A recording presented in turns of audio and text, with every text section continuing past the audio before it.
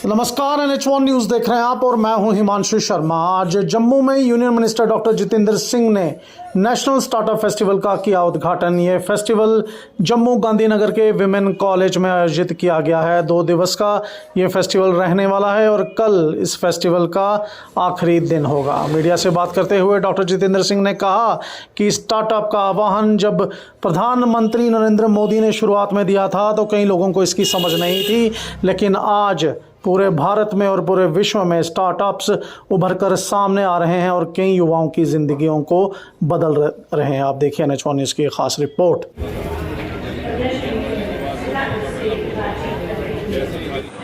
नहीं, जैसा कि मैंने कहा कि स्टार्टअप को प्रधानमंत्री वो नीचे करना यार गगन। प्रधानमंत्री जी के लाल किले के परिसर से उन्होंने आह्वान किया था अपने स्वतंत्रता दिवस के संबोधन में, स्टार्टअप इंडिया।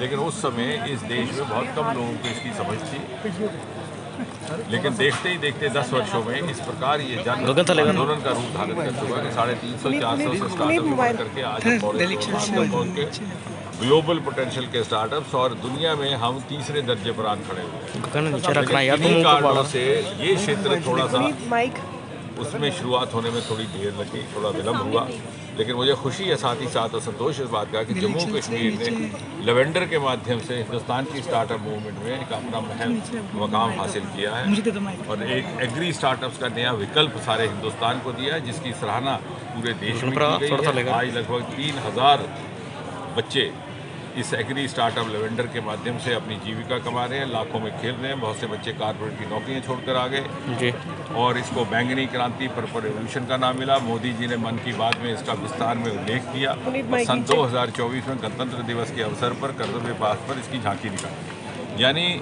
हमें ये भी समझना होगा कि स्टार्टअप केवल IT नहीं है।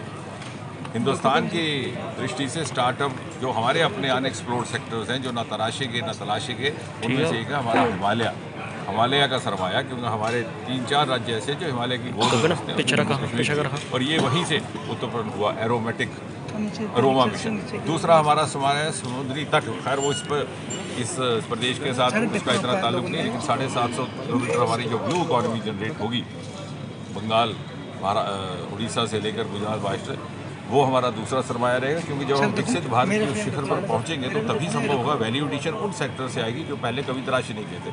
मोदी जी के आने के बाद उन सेक्टर्स को एक्सप्लॉइट करने का काम शुरू हुआ है। उसमें एक रोमा का सेक्टर, दूसरा हमारा ब्लू इकॉनमी सी सेक्टर, तीसरा हमारा स्पेस। और स्पेस आपके माध्यम से ये कहना आवश्यक है कि ये स्पेस केवल जम्मू ना ये समझे या जम्मू के युवा ना समझें कि वो कोई बड़ी रिमोट हमारे लिए दूर की बात है। हिंदुस्तान का पहला उत्तर भारत का इसरो टीचिंग सेंटर अगर कहीं स्थापित किया गया तो सेंट्रल यूनिवर्सिटी जम्मू में स्थापित किया।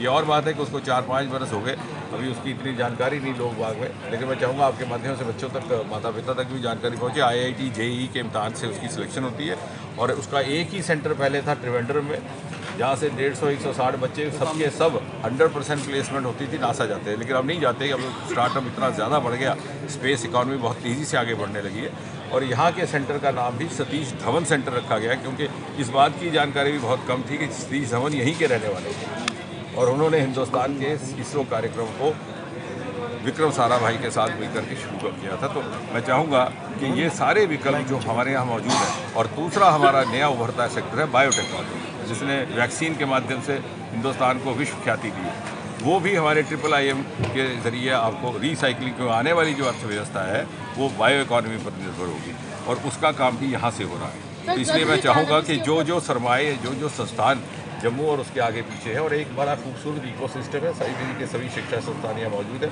हमारे आग्रह पर उन्होंने आपस में एक MOU भी किया है, IIIM, AIIMS, GMC, IIM, IIT। और जो आपको युवाओं के लिए जो इकोसिस्टम बना है नेशनल एजुकेशन पॉलिसी 2020 को लेकर के, उसमें बच्चे अपना मजमून बदल सकते हैं। ये नहीं है कि आपके माता पिता ने आपको डॉक्टर बनने के लिए बायोलॉजी आपका पीछा सारी उम्र करती रहेगी।